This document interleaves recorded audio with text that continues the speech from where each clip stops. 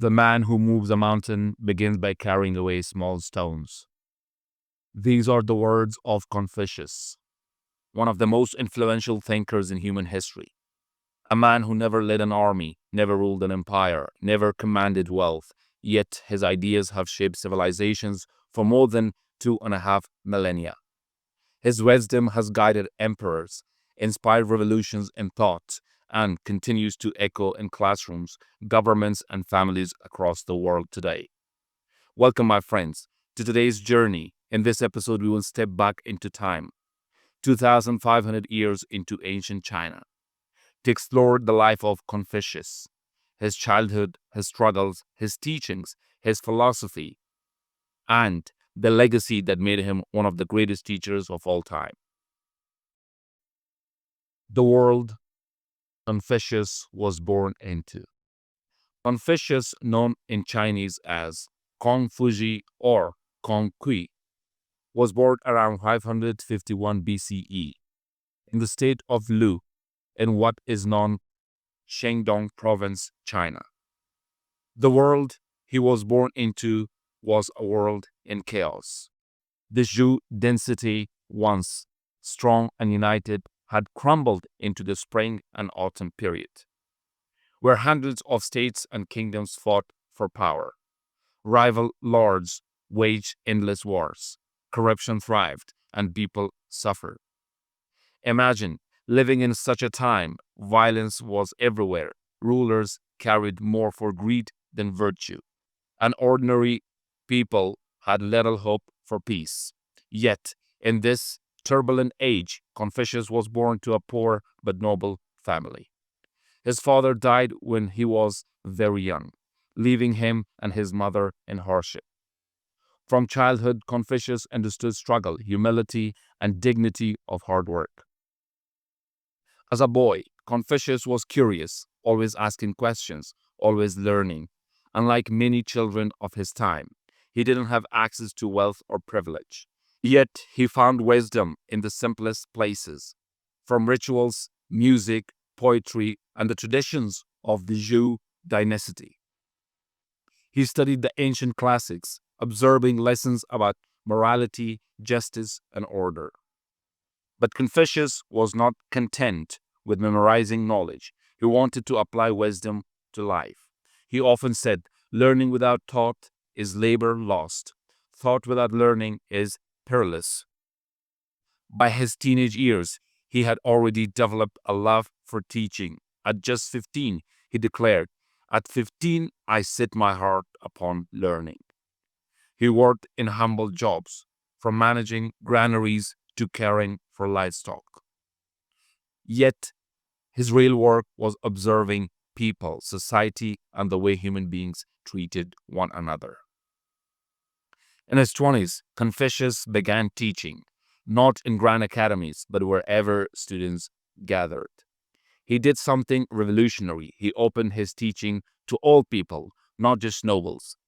In a society where education was reserved for the elite, Confucius believed that anyone with a thirst for learning deserved to learn.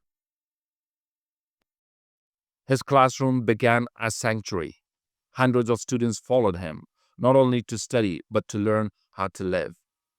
He taught ethics, politics, family duty, respect, and self-cultivation. His focus was not just knowledge, but character. One of his central ideas was Ren, humaneness, or compassion. For Confucius, the foundation of society was not laws or punishments, but kindness, respect, and responsibility. He believed that if a ruler led with virtue, the people would follow with loyalty. Another was Li, proper conduct, rituals, and respect in daily life.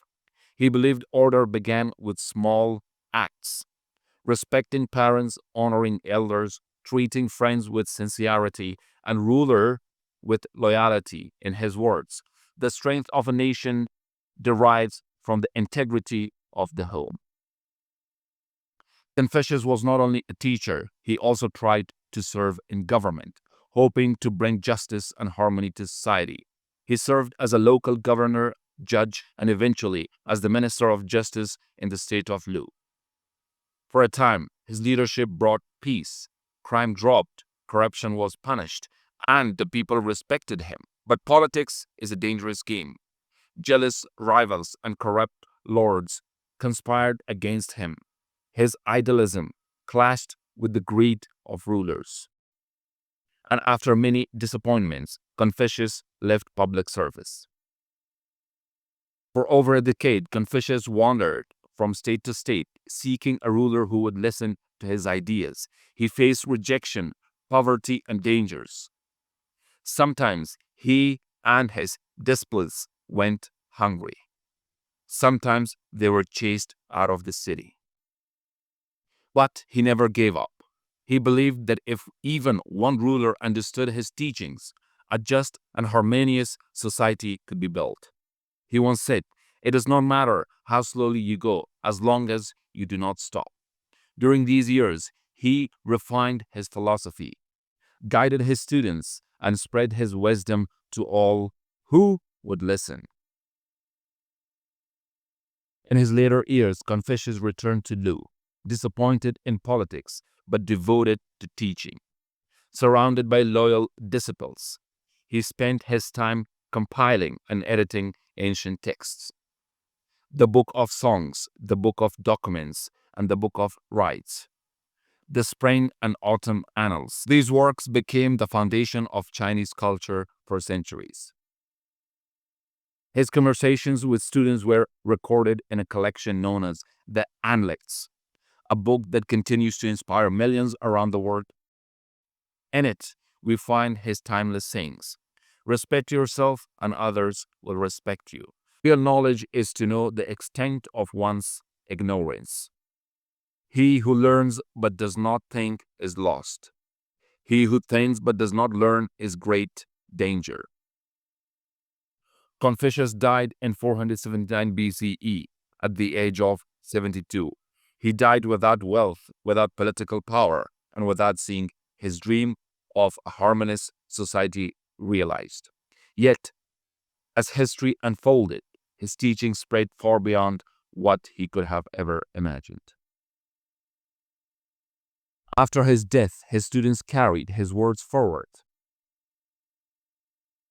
Densities rose and fell, but Confucianism became the foundation of Chinese education, government, and philosophy for over 2,000 years. His vision of virtue, respect, order, and humanity became moral compass of East Asia.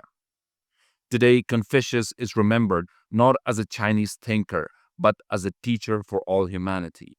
His wisdom transcends borders, cultures, and centuries. In a world still struggling with division, corruption, and greed, his words remain in guiding light. What can we learn from Confucius today? The greatest does not come from power or wealth, but from character and wisdom. That change begins not in a palace or parliament, but in the home, in the heart, but in the way we treat one another. That patience, perseverance, and integrity are stronger than the chaos of the world. The man who moves a mountain begins by carrying away small stones. Confucius reminds us that every act of kindness, every step of learning, every effort to live with virtue is a stone carried away, and together they reshape the world. Thank you for joining me on this journey into the life of Confucius. May his wisdom inspire you, guide you, and remind you that true greatness lies in living with compassion, respect, and integrity. Peace and love, Hamza.